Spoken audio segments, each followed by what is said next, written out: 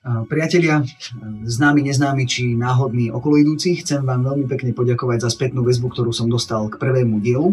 Zo všetkých vecí vyberám dve, na ktorých momentálne budem pracovať.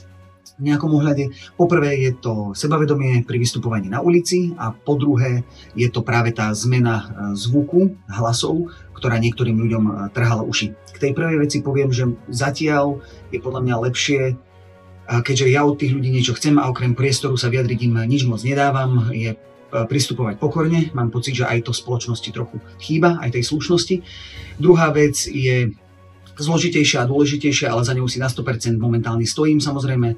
A to je to, že ja som každému respondentovi slúbil, že bude v nejakej forme naozaj nerozpoznateľný. My pracujeme teraz na tom, aby to bolo lepšie pre ucho, ale bohužiaľ toto sa pokúsime dodržať, pokiaľ nám niekto vyslovene nepovie, že ho môžeme použiť celého aj s hlasom aj tak. Možno pri tomto prvom dieli to tak vidno nebolo, ale ďalší diel bude o hymne a tretí je o atentáte a tam som si už nie úplne istý, že či by náhodou niekto nemohol mať problém z toho, čo povie. A môj cieľ je jasný, aby človek mal absolútnu slobodu slova bez následkov. Ďakujem vám veľmi pekne za pozornosť aj za to, že mi venujete trochu času. A tešte sa na nové diely, kľudne pošlite všetky pripomienky do správy alebo kontaktujte inak. Pekný deň.